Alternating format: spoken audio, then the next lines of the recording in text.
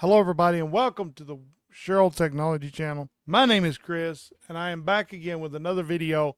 And in this video, we are going to be examining Bluetooth. This is a touchy subject because not a lot of people know how Bluetooth works. I looked online. Let me adjust my camera a little bit here. There we go. I looked online for trying to find videos. There is nothing. I mean, nothing. So I decided to do a video. You're going to see me looking down at my phone because I have a crap ton of notes, and I really wanted y'all to understand what Bluetooth is, what it's not, what it can do, what it can't do. And in this video, I am going to be using my, let me get it up here. It's a Wacom tablet. Okay, so you see my Microsoft whiteboard. So what we're going to be doing is I'm going to draw this kind of out so you can see kind of how it goes. Now, this is the first time I've ever used it, so let's just get right into it. First, I want y'all to know that there are standards for Bluetooth. Now, in Bluetooth, there are standards that you need to follow. So I'm going to drag this over to this screen. Oh, that did not go the way I'd hoped. My screens are kind of diagonal from each other. Okay, so here's the Bluetooth website. Now, the Bluetooth website, it says that there are two types of Bluetooth. We're going to start at the beginning. There are two types: Bluetooth Classic and Bluetooth Low Energy. Bluetooth Low Energy or Classic is point to point, right? So think of it as this device is communicating with this device. So let's have a look here. Where'd my mouse go? We're going to draw it right here. Okay, here we go. Where'd it go? Where'd it go? Where'd it go? There it is. So let's say we have a phone here, right? And we want this to connect to another phone or device. So think of your MacBook AirDrop. Now, AirDrop, it broadcasts the signal across to multiple devices so it can see it. But technically, it really only goes to device once the transfer starts, because there's a pairing process. Now, if you think about that, that is basically what Bluetooth is. It is a low energy point-to-point kind of thing. Now, they use it for other things, as you're going to see. So that is basically what it is. It is a point-to-point mechanism. Now, let's go back to right here. Okay, so that's point-to-point. That is mainly, you can see, for audio streaming. So, for instance, this would be headphones to phone, phone to phone. I mean, those kind of things. That's what Bluetooth Classic kind of does. Now, Bluetooth Low Energy does the same thing, except it adds a couple more services. So you can see here, divide location services. So they will sometimes use Bluetooth in like airports and bigger areas, and they'll put a bunch of receivers all over the place so that you can see things, right? So they use it for tracking, for location services, stuff like that. Now, if you look, it's point-to-point, broadcast, and mesh. Now these are, I'm not going to get into these right now because of how difficult it is to explain these. It takes a video for each one. So basically all you got to remember, point-to-point means device to device or one-to-one. Broadcast means one-to-many. So mesh is sort of like it's a multiple redundant type of technology. So let's scroll down a little bit. Now, there are, in my notes, which my stupid phone keeps going to sleep, stop that. Basically, this is what Bluetooth is. It is a wireless personal area network. So basically, it is built specifically to do personal type things. Phone to headphones. That is probably the most common use of Bluetooth. It does phone to Bluetooth. This mouse, it's an MX Master 2X. This one is Bluetooth. I had to pair this to my computer. This Wacom tablet is Bluetooth, but these are typically low energy. It's designed for short range communication, and it needs a MAC address. Now, every device I'm going to show you here right now needs so let's go into my network settings. Oh, that went to the wrong freaking place right there. Okay, so let's go right here. These are my settings. You can see this is my tablet, or my little Wacom tablet, or Wacom. I like Wacom better. And this is my MX Master. Now let's look at the each one of these devices has a Bluetooth MAC address. Now, you may be thinking to yourself, if you've watched any of my videos, you'll know what a MAC address is. A MAC address is immediate access control. It is the singular identifier for any device that is based on a network of some kind. It is a way to identify a device. Now, what we're going to do is we're going to go on my phone. I got to try to find this because I'm not sure where the frig it's at. I don't know where it's at on an Android phone. If we scroll down, up, here we go. Now, I'm hopefully going to show you, if you look, Bluetooth address right there, you can see there's a Bluetooth MAC address. So a 12-digit hexadecimal number. That 12-digit hexadecimal number is how other devices see it. So you think about this. Now, come on, y'all. Settle in good because we're going to study the crap out of this. If you really think about this, a MAC address is also used in wireless networks. Well, guess what Bluetooth is? It's a wireless network. It is a 2.4 gigahertz network. You may be thinking to yourself, those of you who are out there that don't know much about Wi-Fi and all this may not know this, but Wi-Fi also operates on 2.4 gigahertz. But you're like, okay, so how does that work? It's sort of like if you are, okay, imagine this frequency, right? You have a frequency range of 2.456 to 2.452.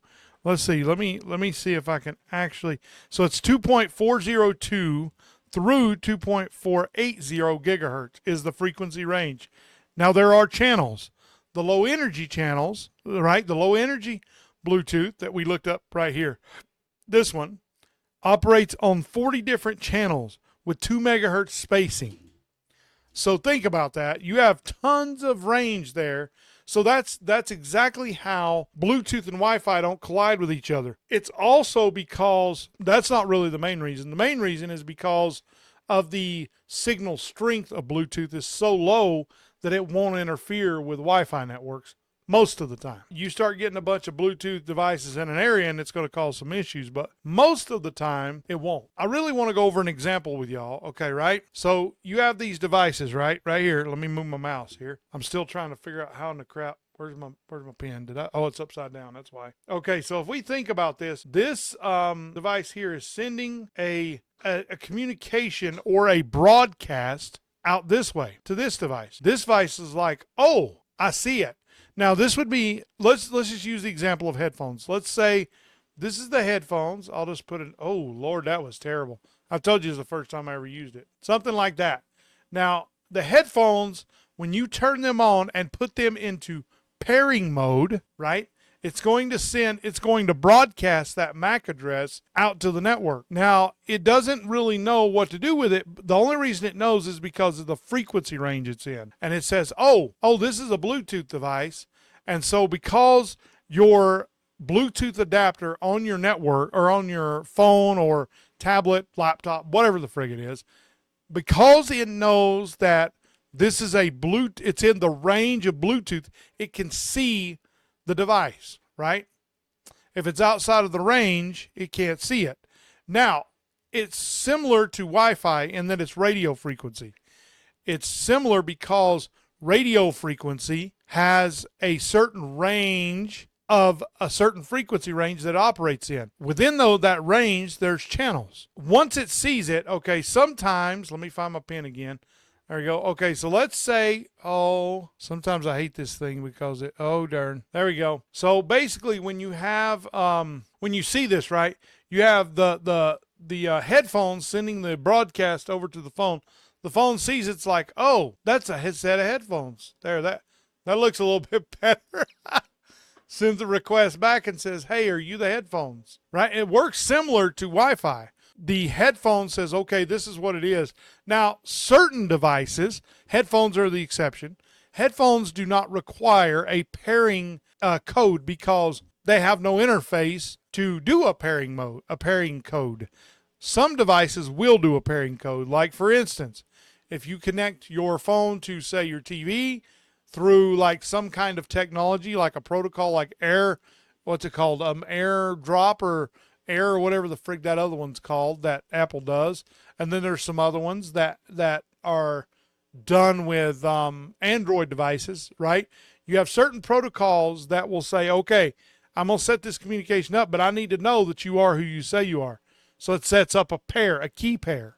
And that pair is what allows it to connect to the device. Now, let's go back into my notes here. Okay. So classic Bluetooth usually is point to point. Like I said before, the idea is that when you have headphones and you want to connect them to a computer or a phone, first the computer or phone has to be able to see the headphones. So that's what I was talking about. It's got to be in the right frequency range.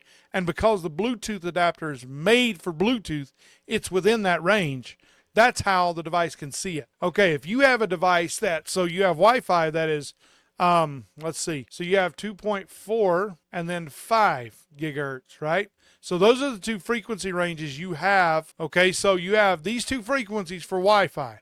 Now, Bluetooth is only within a certain range of the 2.4 gigahertz band, right? Okay, now that we've established what Bluetooth is, Bluetooth, they say it was named after some dude that had a Bluetooth. I don't frickin' know.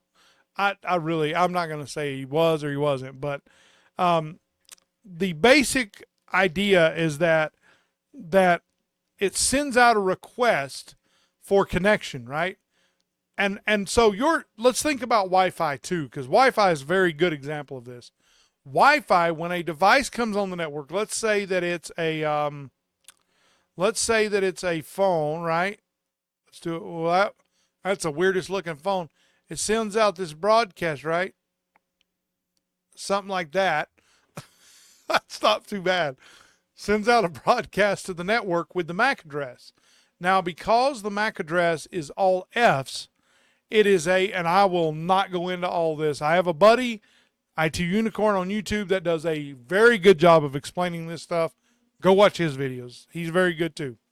So basically what happens is, because the MAC address is all Fs, the network knows what to do with it. The network knows that it's a broadcast, right? What's a broadcast mean? It means you're casting broadly.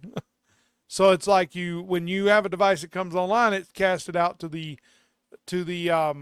goes out to and it knows that it needs an IP address, so it does that. That's how they're designed, right? So it sends it out, and then it goes out to the gateway. So let's do that. Gateway, something like that. And the gateway says, oh, I know where the DHCP server is. Let me forward that request. Forwards the request to the DHCP server. The DHCP server sends out it sends out what's called a DORA. Learn that phrase, y'all. Discovery, Offer, Request, Acknowledgement. That's what it stands for. Discovery is the broadcast portion, right? Remember, Bluetooth works the same way. It works similar. So this is a good way to understand Bluetooth. By understanding wireless networks, you can understand Bluetooth. Bluetooth is not that much different. It's still radio frequency. It is. And I hope all of you are having a good Sunday. If you have this broadcast going out to the gateway and it goes to the DHCP server, so on and so forth, it does the DORA exchange, which is Discovery, Offer, Request, Acknowledgement. Then what happens is it goes back and it says, okay, so it discovers, then it sends an offer back. It says, this is the IP address I have.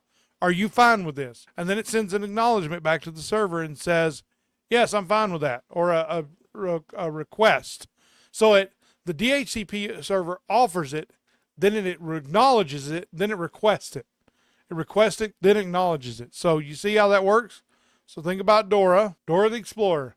So discovery, offer, request, acknowledgement. So basically what happens is when you have Bluetooth devices that come online, it's going to look at a device. It's going to try to look for another device that is accepting broadcast through Bluetooth, through that frequency range.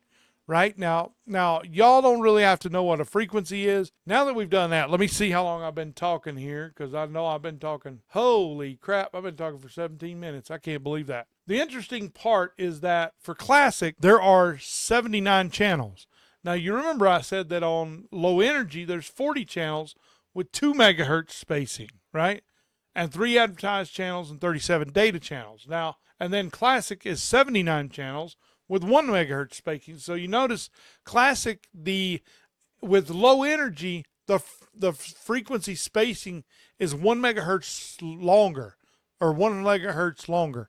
Why is that? It's so that you can prevent interference between Bluetooth devices. All of this said, what is the point of this video? The point of this video is to teach you that these concepts are not that difficult to understand. They're very complicated on the back end, but understanding the concept is really all you need. You just need to know, hey, how does this work? How does that work? How does this do when it comes online? And you'll see it. If you notice, if you turn on your Bluetooth, you put your headphones into pairing mode, you'll notice those headphones pop up on the device. Why? That's what made me make this video. I was looking at it the other day and I said, I'm going to try to find a video. I couldn't find any video on how it worked. Now there's one. Everybody, I want you to not think that you can't do something. Like this world is full of information and knowledge and learning abilities, and it has the potential. You have the potential to learn anything you want, especially in the U.S. Now, so that is my point to y'all. Take every moment that you have every day, love your family, and learn as much as you can possibly learn, because you can help people with the knowledge you have. That's what I love doing. I love helping people with my knowledge. And I've been able to do that pretty well. So I really want to give a shout out to my boy, IT Unicorn Damien. Bro, I love you. Thank you for the support. Please, everybody, go subscribe and watch his channel because he is amazing. He is phenomenally good at what he does. He is way better than me, and I'll fairly admit that. But I have a lot to offer too. We each have our own different ways of doing things, and that's the beauty of YouTube. Thank y'all for watching. May the Lord keep and bless each and every one of you and get you a Wacom tablet so you can have some fun with it. And until the next video, everybody, may the Lord of peace bless you in this Christmas season. If you have lost loved ones, I am so very sorry for your loss, because I lost my dad 5 days before my birthday in December. My birthday was the 7th, and I lost him on the 2nd 2 years ago. So I feel for you. I really care about each and every one of you, and I really want you to learn these concepts and these things that I give to you.